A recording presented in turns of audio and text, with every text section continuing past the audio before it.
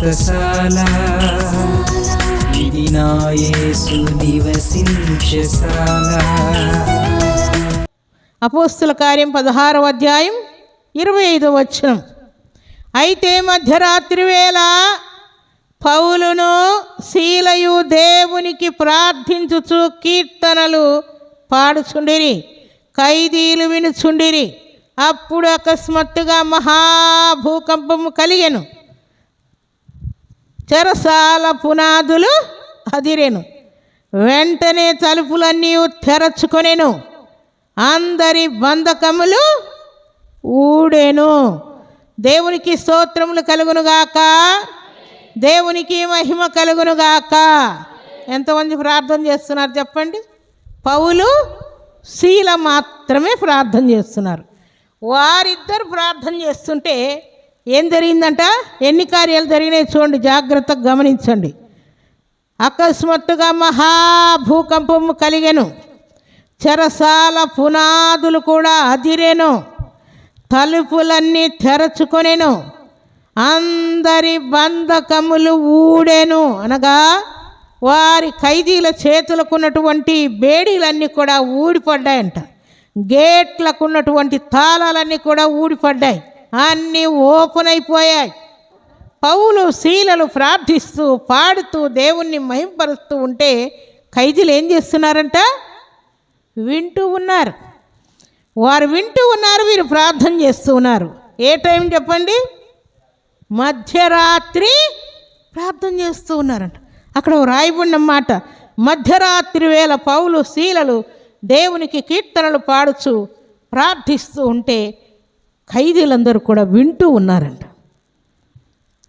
ఇన్ని కార్యాలు జరిగాయి చూడండి. ఎంతమంది ప్రార్థన చేస్తే? ఇద్దరు ప్రార్థన చేస్తూ ఉంటే భూకంపం కలిగింది, చెరసాల పునాదులు అదిరాయి, తలుపులు తెరుచుకున్నాయి, బంధకాలన్నీ ఊడిపోయినట్టు వ్రాయబడి ఉన్నది. దేవుని సన్నిధిలో చేరిన మనం కూడా ఇట్టి ప్రార్థనలు చేయాలని దేవుడు ఆశపడుతున్నాడు. ఒక్కరున్నారా, ఇద్దరున్నారా, ముగ్గురున్నారా, నలుగురున్నారా, 10 మంది ఉన్నారా అన్న సంగతి దేవుడు పక్కన పెట్టేస్తున్నాడు. అందుకే ఏలియా, నువ్వు ఒక్కడివే ఉన్నావు కాబట్టి నీ ప్రార్థన నేను ఆలకించను, యాకోబు నువ్వు ఒక్కడివే ఉన్నావు కాబట్టి నీ ప్రార్థన ఆలకించను అనట్లే దేవుడు. వారి ప్రార్థన ఆలకించి వారి శక్తికి మించినటువంటి కార్యములను దేవుడు చేసి చూపించాడు. ఇక్కడ మనం చదువుకున్న మాటలో కూడా పౌలు శీలల ద్వారా గొప్ప కార్యం జరిగించాడు దేవుడు. అందుకని జైలు అధికారి ఏం చేశాడు చెప్పండి? తన్ను తాను చంపుకొనబోయినట్టు వ్రాయబడింది. ఎందుకంటే గేట్లన్నీ తెరుచుకున్నాయి, ఖైదీలకు ఉన్నటువంటి ఆ బంధకాలన్నీ కూడా ఊడిపోయాయి. ఎక్కడ వారు అక్కడ పారిపోయి ఉంటారు. నాకెంత చెడ్డ పేరు, కాబట్టి ఈ బ్రతికేదానికంటే చచ్చేదే మేలని ఆయన హాని చేసుకోబోయాడంట. అయితే దేవుడు చేసిన కార్యం ఏంటంటే, పౌలు శీలలయ్యా నువ్వు హాని చేసుకో, ఇక్కడే ఉన్నాం, అందరం ఇక్కడే ఉన్నాం అని చెప్తూ ఉన్నాడు. దేవుని సన్నిధిలో ఈ కార్యాలన్నీ జరిగిన తర్వాత ఈ చెరసాలలో ఉన్నటువంటి వ్యక్తులందరినీ చూసిన తర్వాత జైలు అధికారి రక్షణ పొందుటకు నేనేం చేయాలని అడుగుతూ ఉన్నాడు. దేవునికి స్తోత్రములు కలుగునుగాక, దేవునికి మహిమ కలుగునుగాక. దేవుని సన్నిధిలో ఇలాంటి ప్రార్థన మనం చేస్తే నీ పక్కనున్నవారు, నీ ఇరుగు పొరుగు వారు, నీ బంధువులు, నీ రక్త సంబంధికులు, నీ భర్త, నీ భార్య, నీ కుమారుడు, నీ తల్లిదండ్రి ఎవరెవరు మారలేదని మీరు బాధపడుతూ ఉన్నారో వారందరినీ కూడా రెప్పపాటు కాలం ఒక్క ప్రార్థన జైలు అధికారి కూడా మారుమనసు పొందటానికి, జైల్లో ఉన్న వారందరికి కూడా బంధకాలు ఊడిపోతే జైల్లో ఉన్నటువంటి ఖైదీలు కూడా మారుమనసు పొంది ఉండరా? చాలామంది మారుమనసు పొంది ఉంటారు. అలాగే అపోస్తుల కార్యములు 3వ అధ్యాయం 3-4 చదువుకుందాం. పేతురును యోహానును దేవాలయములో ప్రవేశింపబోనప్పుడు వాడు చూచి భిక్షం అడుగగా పేతురును యోహానును వారిని తేరి చూచి మా తట్టు చూడమనిరి. వాడు వారి యొద్ద ఏమైనా దొరుకునని కనిపెట్టుచు వారి యందు లక్ష్యముంచెను. అంతట పేతురు, వెండి బంగారం నా యొద్ద లేవు, కానీ నాకు కలిగినదే నీకు ఇచ్చుచున్నాను. నజరేయుడైన యేసుక్రీస్తు నామమున నడుమని చెప్పి వాని కుడి చెయ్యి పట్టుకొని లేవనెత్తెను. వెంటనే వాని పాదముల చీలమండలను బలము పొందెను అని వ్రాయబడింది. ఇక్కడ ప్రార్థన చేసినటువంటి వ్యక్తులు ఎవరు? పేతురు, యోహాను. ఎంతమంది? 2 మాత్రమే. మనలో రోషము, పట్టుదల, విశ్వాసం ఉండాలి, కానీ 2 చాలు, ఒక్కరే చాలు దేవుడు కార్యం చేయటానికి. పేతురు, యోహానులు నజరేయుడైనటువంటి యేసుక్రీస్తు నామములో లేచి నడుమని చెప్పగానే వాడు ఏం చేశాడంట? వాడు దిగ్గున లేచి నిలచెను. నడచుచు, గంతులు వేయిచు, దేవుణ్ణి స్తుతించుచు వారితో కూడా దేవాలయంలోనికి వెళ్ళినట్లు వ్రాయబడింది. ఈ సంగతి అంతా కూడా ప్రజలు చూసుంటారా? చూడరా? తప్పకుండా చూశారు.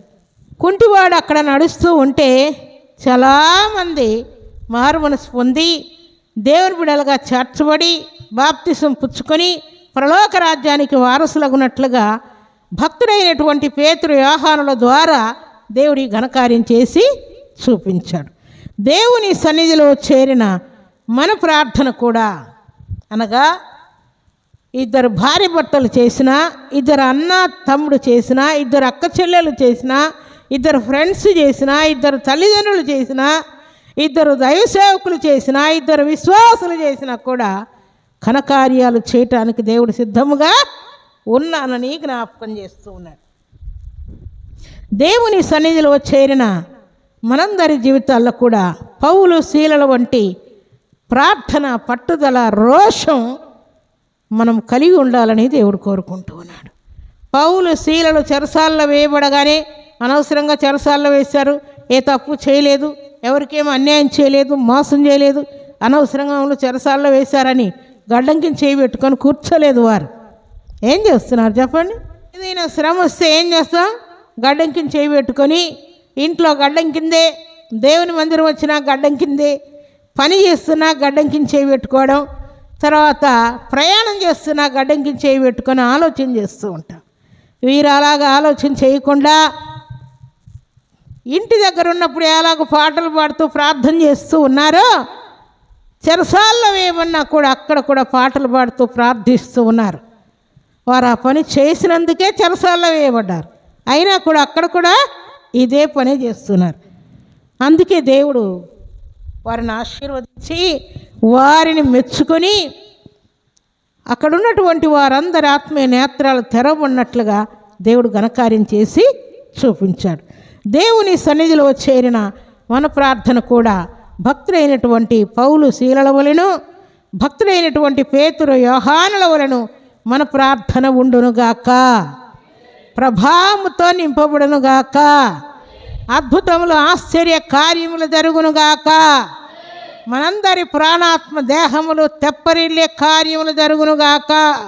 కాబట్టి దేవుని సన్నిధిలో చేరిన మనమందరం కూడా ఈ ప్రార్థన చేయాలని దేవుడు ఆజ్ఞాపిస్తున్నాడు.